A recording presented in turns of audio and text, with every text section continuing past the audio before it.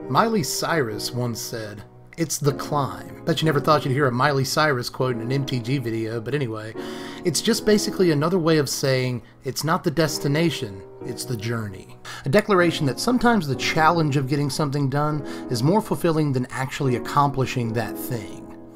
Hold that thought for a moment so I can shift focus onto the cycle of transformable lands from Ixalan blocks. See, there, we're talking about Magic now. Nearly all of these have seen play in some way or another. Legion's Landing and Search for Azcanta are the most powerful of the cycle, and they've been tearing up Standard for over a year now. But Argel's Bloodfast and Profane Procession show up in sideboards a lot. Growing Rights, Journey to Eternity, and Path of Metal are all extremely hot casual cards that brewers love. Heck, even Vance's Blasting Cannons had a small moment in the sun before Experimental Frenzy came along and became the de facto best mono-red card advantage piece. That's a weird phrase. Oh yeah, and there's also Storm the Vaults, but let's not talk about Storm the Vaults. Instead, let's talk about the other forgotten castaway from this cycle, Hadana's Climb. It doesn't look like much, especially compared to the heavyweights of the cycle, but let's face it, Legion's Landing and Search for Azcanta are boring and easy to make work. Landing goes in a deck with a bunch of creatures, Search goes in a deck with a bunch of spells. It couldn't be easier to make those two cards work. But when it comes to the legendary Simic enchantment, things are far more interesting, and we've gotten a few new pieces in the last couple of sets that push this card over the top, but we have to do a little work to reach the top of the mountain. But that's okay, because sometimes it's not about how easy it is to get where you're going. Sometimes it's the climb.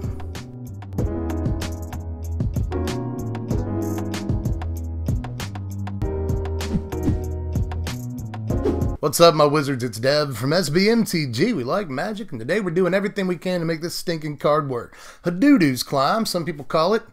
I don't think anybody actually calls it that. They will now that I've said that, so that's kind of counterproductive. But still, I swear to you, this card is much better than it's ever been, because in the last couple of sets, we've gotten some kind of under-the-radar pieces. People aren't really talking about it, but it turns out this card might actually be ready for real Standard play, or at the very, very least, worthy of keeping on your radar for when Allegiance comes out and Simic is a real color combination. Now, the bulk of this video is probably going to be me talking about, like, the new stuff that makes this card better, but before I actually move on, I just want to say that that's not an editing error there. It's 4. You actually want to play 4 copies in this deck.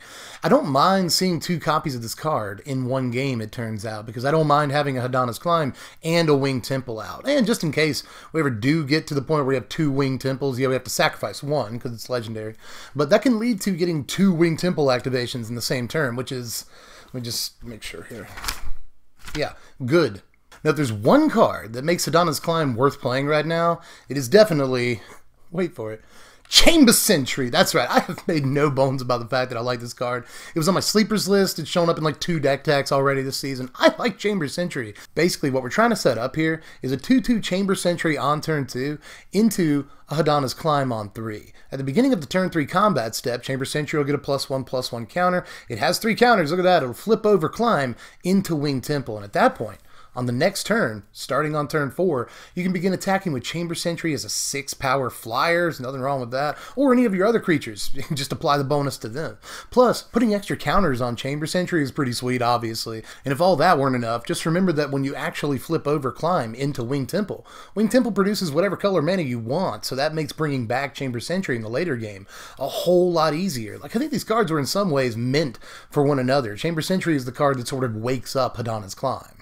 He's also got a real, like, Shovel Knight vibe going on, which I respect, but anyway, he's not the only thing that we've gotten recently that helps Hadana's Climb, because we also got Pelt Collector lately, and this is the perfect one-drop for a Climb deck. I feel like this card is a little like Chamber Sentry in that it's just generically good in a lot of ways, you know? But in this deck, it's even better because it helps you flip Hadana's Climb, yeah, but it's still a 1-mana guy that's going to get to 3 power like no sweat in this deck. It even has the potential to get to 4 and 5 power, depending on what we play and if we're able to keep it alive. But we're actually not done on the ones, because we're playing 4 copies of Lana War Elves in the deck too. We got plenty of 3 and 4 drops in the deck that we want to ramp into as quickly as possible, but there's also the fact that this allows us to get Hadana's Climb as early as turn 2 as well. It's a 3-drop, which can sometimes be a really important game plan, but this can also let you play a Chamber Sentry as a 3/3 on turn 2 occasionally, so it's good for that too. There's just all kinds of reasons to want Lana War Elves. One of the best creatures in the format. We're playing green, let's play 4. But I'm also playing 4 copies of Merfolk Branchwalker, and I might as well go ahead and show you the Jade Light Rangers that we're playing too, because it's the same card, just twice as nice. You know, both of these will help you flip your Hadana's Climb if they get +1/+1 counters, so there is that. Especially Jade Light, because Jade Light can get 2 +1/+1 counters and then immediately flip Hadana's Climb on the next attack step. But if you'll notice the trend here, these are also just good cards in their own right, way outside of the context of Hadana's Climb decks. But since they make this deck even better, these, what appear to be the best 2 and 3 drops in green anyway, you know, get even better in this deck. Now, the most recent addition to the deck is the 4 copies of Vinemare. Vinemare allows us to have a hex-proof threat, which is actually really good with Winged Temple, because you'd spend all that time and all that effort flipping over Hadana's Climb into a temple, and then you spend effectively 4 mana, because you have to tap the temple too, boosting a creature, and that creature has a huge target on its back. Sometimes as soon as you tap Winged Temple and apply the boost to a creature, that's when that creature gets shot down. So it's really nice to have a hex-proof threat in the main deck that's beefy enough by itself, but when your horse grows wings and swings for 10, the hexproof, that turns out to be pretty, I don't even have to check my notes for that. That also turns out to be good. But we'll finish off the creatures with 2 copies of Lyra Dawnbringer, just like every other card except Hadana's Climb. I've mentioned so far, this card is good. This card is just a fine card in and of itself, but it's not that it necessarily helps Hadana's Climb or anything, but this is a way to finish a game out. You know, swing with a 10-power, life-linking, flying Lyra Dawnbringer. That's good. That'll get you right back in the game if you're behind. That's all the creatures, and there's kind of a lot of them, but we still have some room for spells in the deck, so I'll start with the 4 copies of Ixalan's Binding, which you might expect to be Conclave Tribunal, because there's like 26 creatures in the deck, but I've actually come back around on Ixalan's Binding. I think this is a much better piece in a lot of ways. We're seeing a lot of 4-up threats for what it's worth, you know, and the thing with Conclave Tribunal is, yeah, you kill their Lyra for a minute, you kill their Rekindling Phoenix for a minute, you kill their Galto, their Doom Whisperer, their Crackling Drake, you know, whatever. For a while, their Niv Mizzet, all that. But they can just play another one. That's totally fine. But with Ixalan's Binding, they specifically can't do that. So it's sort of a form of card advantage if you want to look at it that way. You know, they'll draw dead when they draw copies of Rekindling Phoenix or Niv Mizzet or whatever's up under that Ixalan's Binding. So I like that a lot more, and I will play Ixalan's Binding over Conclave Tribunal for that reason. But last non-land in the deck is the 2 copies of Song of Freya-Lice. Man, this is another semi-new piece, at least it's a lot newer than Hadana's Climb, that makes this deck a lot better because it kind of does everything the deck wants it to do. This occasionally helps us ramp into big stuff in the early-ish game, but that's not really what it's for here. It's kind of for breaking stalemates, you know, that's why there's only 2 copies. We don't have to see it until relatively late in the game, so we don't want to jack our deck with copies of this card, but it's still fine to see in the late-ish game, because top-decking this will sometimes lead to an easy win a couple of turns later. But there's also the fact this adds +1/+1 counters to creatures. Want that in this deck, obviously. And if we have a Winged Temple on Chapter 3 turns, then sending through an indestructible flyer is nice as well. So there's that. But this also allows our creatures to tap for any color mana for a couple of turns, which is really nice if we top deck this late and we're trying to get back a Chamber Sentry. So again, that is at least 3 or 4 things this card does that the deck wants to do, but there's also just the sort of main function people are using it for, which is breaking stalemates in the late game. It does that better than almost any card in the format. Now here's the mana base. We've got 24 lands in the deck, which kind of sounds like a lot. I'm going to keep it real with you because we've got Hadana's Climb in the deck, which is eventually going to be a land. We've got Llanowar Elves, so we've got a lot of different, you know, sources of mana in this deck, but we've also got some relatively expensive stuff that we want to cast in the late game. I want the proper land count for that, but there's also the fact that we need to get Chamber Sentry back in the late-ish game, and we need to play some amount of Overgrown Tombs, which isn't too bad, because it also functions as a turn 1 untapped green source for Pelt Collector, Llanowar Elves. But we also get to play Steam Vents, which is red mana in the late game, but also blue mana when we need it for Hadana's Climb. Now here's our fairly expensive on the top end sideboard. I apologize for that in advance, but we'll start with the pretty cheap Baffling End. It's only 15-20 cents right now, and it's a great early game removal piece for taking out Adonto Vanguard specifically, but also lots of other stuff like Wildgrowth Walker, Takali Honor Guard, which is a card we don't like to see post game 1. So there's lots of stuff that Baffling End can take care of for us. We'll be happy we have that on the board, but there's also Wildgrowth Walker, which could be in the main deck and was as a 2-of for a while, but there's some stuff I don't quite like about it. It is kind of slow. It doesn't proc our Pelt Collector on turn 2. And I don't care for that, but there were a lot of 2-drops I thought of in this slot. There was Crawl Harpooner, Adonto Vanguard, I already talked about that, and a couple of other things, but I do think Wildgrowth Walker with our 8 Explore creatures is probably the best plan against aggro. Moving on, you see the Knight of Autumn here. This is amazing for a few reasons. You know, it fits with our +1/+1 counter theme. It too could go in the main deck as possibly a 2 of, but I don't know that I want to take out anything that we're currently playing. I guess if you wanted to go down to 3 copies of Climb, at least 1 Knight of Autumn in the main deck would make sense, because this card is just so good. It works with our counters theme, I already mentioned that. You know, if we get 2 counters on it, then on the next attack step, it'll definitely proc Hadana's Climb and flip it over. So that's sweet, but this also is good against aggro, getting us a little bit of life back. Or it can be good against, obviously, artifacts and enchantments, or freeing our creatures from an Ixalan's Binding or whatever. So, yes to Knight of Autumn, but we've also got Vivian Reed in there to bust up artifacts and enchantments. But one of the main reasons that we're playing the card is for the card advantage that it offers us. Because Vivi is great to resolve against control decks, but so is Carnage Tyrant, which is really, really expensive. But I'm trying to build the best deck possible here. And honestly, Carnage Tyrant is just kind of a must-have piece of sideboard tech. It may be Nuln tech, but it's still kind of necessary sideboard tech against control decks. Plus, on top of all that, it is truly hilarious to have a Carnage Tyrant sprout wings and attack over for 14 flample damage. That's a good thing to be able to do too. But finally, another piece of tech against control mostly is a Johnny Adversary of Tyrants. This actually does a lot of work in the Golgari matchup and other mid-range matchups as well, but I like this for control too, because it's something that allows us to recur our creatures. And a Johnny is honestly a card that works really well with this deck just because of its plus abilities. And even though this is specifically good against Golgari and Jeskai decks, if you can resolve it, I didn't think that was quite enough play, it really depends on your local meta, to slot a copy of this or 2 into the main deck. But this will very often come in games 2 and 3.